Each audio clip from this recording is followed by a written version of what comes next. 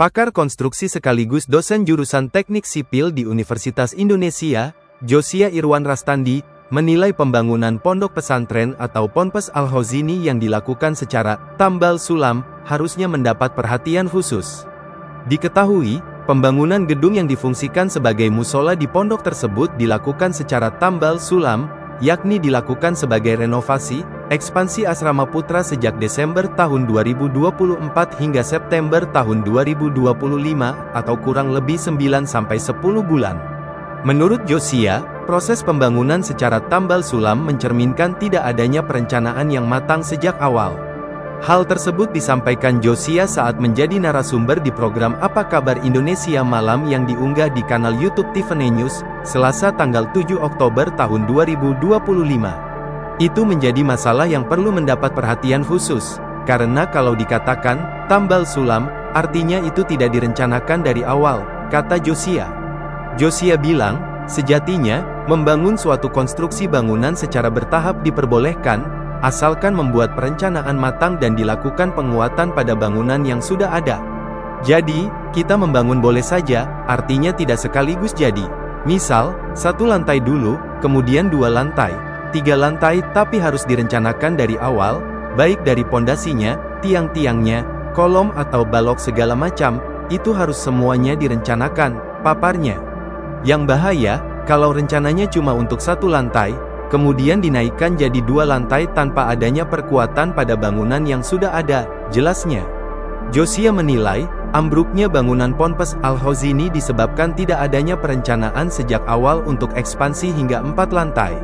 Sehingga, menurut Josia, jika memang akan ditambah jumlah tingkatannya, harusnya dilakukan penguatan dulu, seperti memperbesar kolom atau pondasi bangunan. Kalau saya lihat, itu karena tidak direncanakan dari awal, untuk 3 atau 4 lantai. Sehingga, kapasitas tiang-tiang atau balok, atau kolomnya itu kurang, jelas Josia. Kalau dari awal tidak direncanakan untuk 2 lantai, terus dinaikkan jadi 2 lantai, 3 lantai, otomatis bebannya kan bertambah. Ini yang jadi kegagalan, tambahnya. Menteri Koordinator Pemberdayaan Masyarakat Menko PM Muhaimin Iskandar mengatakan, Ponpes Al-Khazini sudah berusia 125 tahun, pasca tragedi yang menewaskan 67 orang tersebut. Menurut Cak Imin panggilan akrab Muhaimin Iskandar, ada beberapa faktor yang menyebabkan pesantren dengan bangunan tua tidak memenuhi standar keamanan dan kelayakan infrastruktur. Rata-rata pesantren-pesantren dengan bangunan yang sangat tua itu tidak diikuti dengan perencanaan, kata dia. Dikatakan ada 3 penyebabnya. Untuk faktor pertama, berupa keterbatasan biaya sehingga membuat pembangunan dilakukan dengan cara tambal sulam. Faktor kedua, adalah usia bangunan yang tua sehingga perlu dievaluasi lebih lanjut. Ia menambahkan, pemerintah akan melakukan kerjasama lintas kementerian untuk menyelamatkan pesantren-pesantren yang telah berdiri lebih dari 1 abad. Kemudian, faktor ketiga adalah kuatnya semangat kemandirian di kalangan pesantren. Menurut Cak Imin, hal ini kerap membuat pesantren enggan melibatkan pihak luar dalam pembangunan fisik.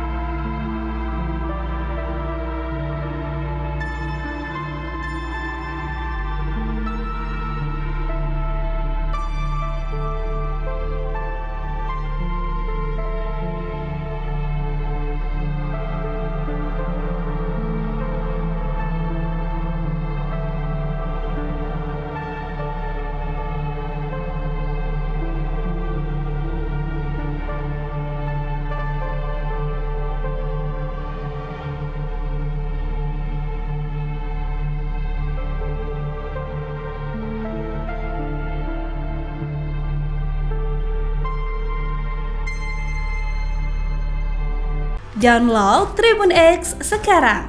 Menghadirkan lokal menjadi Indonesia.